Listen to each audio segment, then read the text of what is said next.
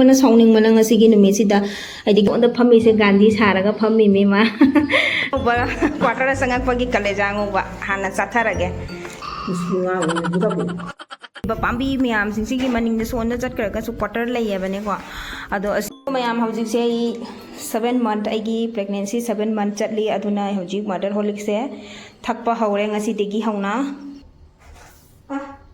mali si kapso ko se ni si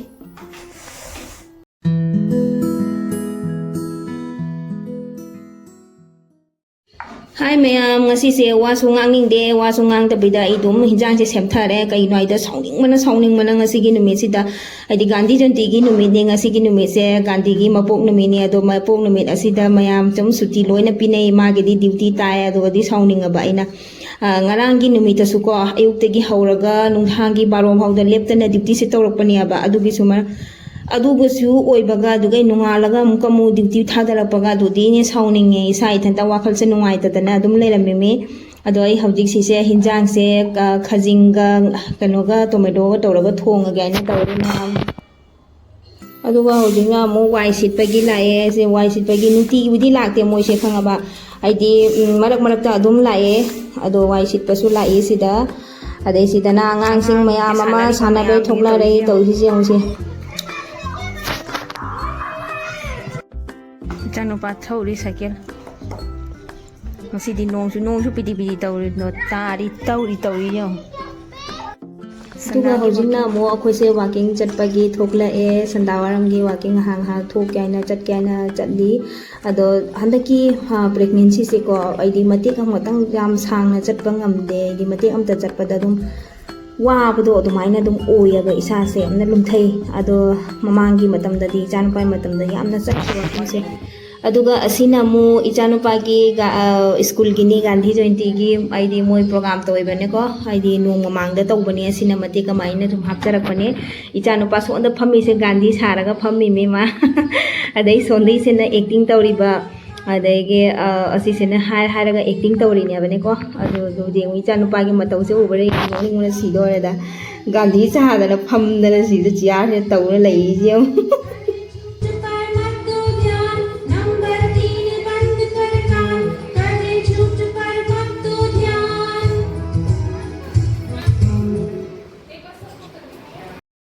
Ngazigi kaleja angauba adi anoba quarter sangak pagi kaleja angauba hana chatharage siga sangak padagi nga su sadri ajin su sadri akoi dum dagi porakpa ngari ngatai ke ka porakpa thindo adu singdo na dum chamthong ke ka chaba hona bada asigum basi chaba phangdri do ngasi se khara laurure adum athong bo oina laure kaleja ngoni mai machu phajagi dire da onthongna hawra khang hawra da khandi kaleja ngoba leire siga beri romba asina ngasai gi khajing ngari ga dege keno ga thongba tomato ga chanupa si chari charo khajai da ga cha tole cha mem cha ba hawjara ge chaka wa ai kinda bu sida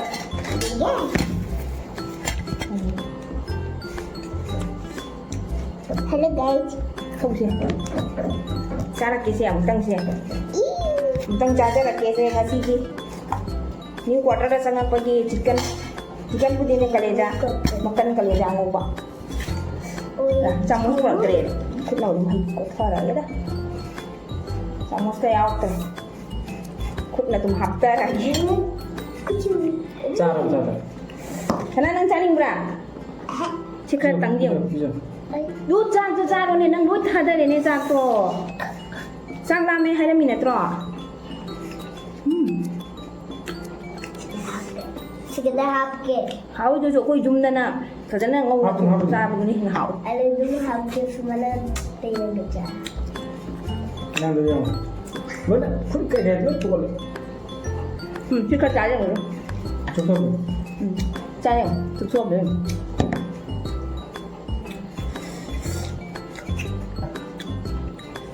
hau thì khâu quạt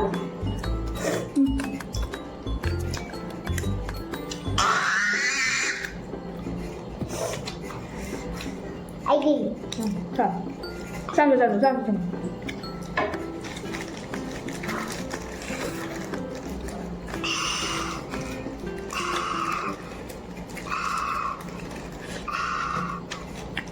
Isi nga ulit buka po.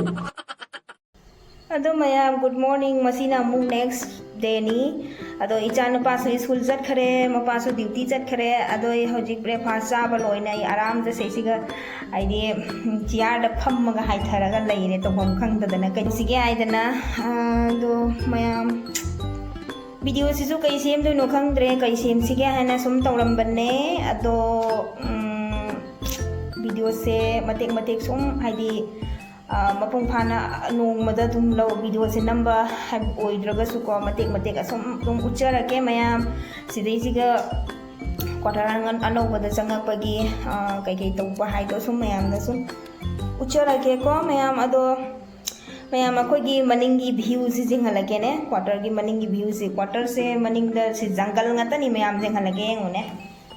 jengu mayam maning se jengu du sumaina oye maning se jungle ngakta ne si usa wa sing ja katha khradi punghang hang hine sigi maning da ko usa hadi si leiri ba pambi myam sing sigi maning da son da chat kar ka su quarter lei ba ne ko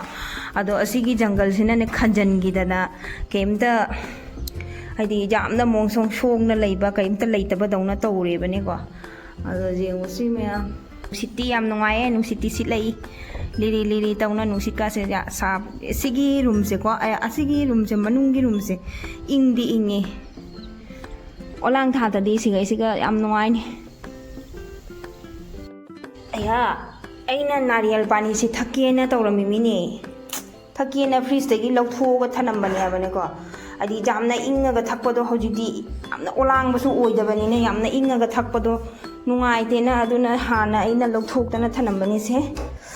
mayam ai breakfast to bagi kon ga su lai kon pheng dri kon ga ka chalo pheng thuk chara ge ado mayam ai se hauji mo jakhi bagi breakfast ala na bagi kon ke ga mayam lai cha asi sakum de lo chela age atai di dum to bai khan ni loi lo re asi khali adi breakfast cha ni lo shen te to ko ti se sakum cha ye si lo shen ga ta ngai re ai ge mayam sunjing na si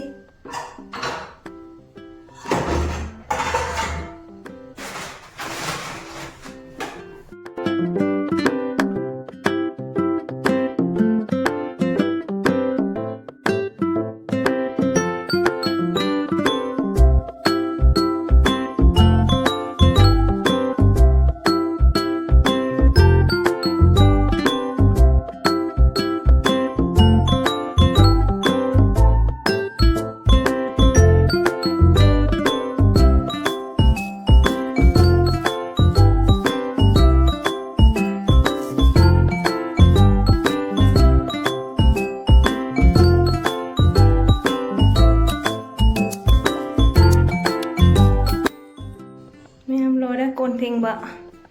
sakum thamma clean nore ye jik sinarial se thak to ke sina krista hapsan kharge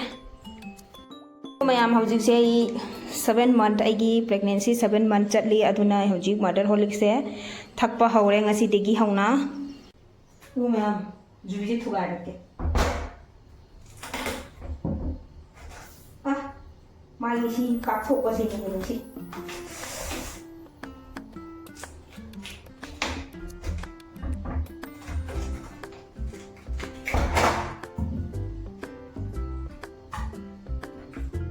mahi di yaw re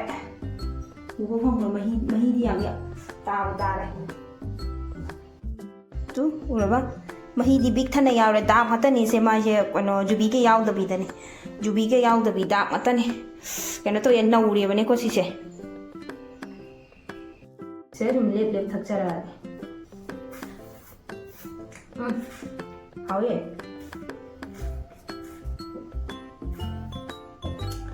thummiam ado mayam hojik se ai tumge na sangai ni nga tang potha ge dana phabung sida nga tang hai thaninge ai wa bai bu ai wa dana dum mo gi duty chatpa angang gi school chatpa gi timing do ai di nang na bai dana dum hawat pada tumningi sa se hai gi nga tan hawala bani ne ado hojik thabak su loisan ba lore kai su tawni ado nga tang potha gi ge ado ga ꯑꯗꯣ ꯚꯤꯗꯤꯑꯣꯁꯦ ꯂꯣꯏꯁꯤꯟꯖꯔꯒꯦ ꯉꯁꯤꯒꯤ ꯚꯤꯗꯤꯑꯣꯁꯦ ꯁ꯭ꯋꯥꯏꯁꯦ ꯁꯨꯝ ꯂꯣꯏꯁꯤꯟꯖꯔꯒꯦ ꯀꯩꯁꯨꯝ ꯑꯣꯏꯕ ꯚꯤꯗꯤꯑꯣꯕꯨꯗꯤ ꯅꯠꯇꯦ ꯑꯗꯨꯝ ꯅꯨꯡꯉꯥꯏꯒꯗ꯭ꯔꯥ ꯅꯨꯡꯉꯥꯏꯔꯣꯏꯗ꯭ꯔꯗꯤ ꯈꯪꯗꯦ ꯑꯗꯨꯝ ꯃꯇꯦꯛ ꯃꯇꯦꯛ ꯁꯨꯝ ꯃꯌꯥꯝꯗ ꯁꯨꯝ ꯎꯠꯆꯔꯛꯄꯅꯤ ꯑꯗꯣ ꯂꯥꯏꯛ ꯁꯤꯌꯔ ꯁꯕꯁꯀ꯭ꯔꯥꯏꯕ ꯇꯧꯕ ꯀꯥꯎꯕꯤꯒꯅꯨ ꯃꯌꯥꯝ ꯕꯥꯏ ꯕꯥꯏ